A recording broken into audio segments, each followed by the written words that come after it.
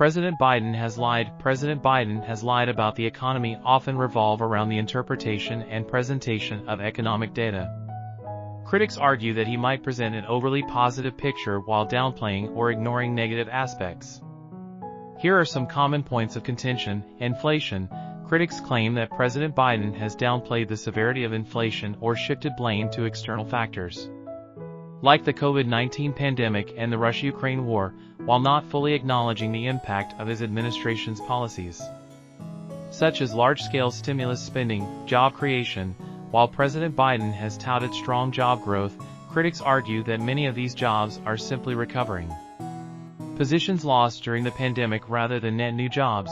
They suggest that presenting these numbers without this context is misleading. Economic growth.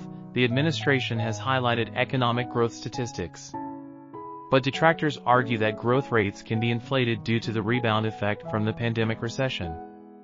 They claim that the administration sometimes presents these numbers without proper context. Deficit reduction.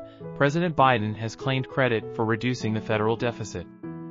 Critics counter that the reduction is largely due to the expiration of COVID-19 emergency spending and increased tax revenues rather than new fiscal policies, wages and living costs, while the administration points to rising wages as a sign of economic strength. Opponents argue that these wage increases are not keeping pace with inflation, resulting in a net decrease in real purchasing power for many workers. Energy prices.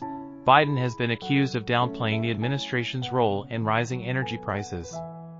Critics argue that policies restricting domestic energy production have contributed to higher fuel costs, although the administration attributes the increase mainly to global market dynamics and geopolitical issues.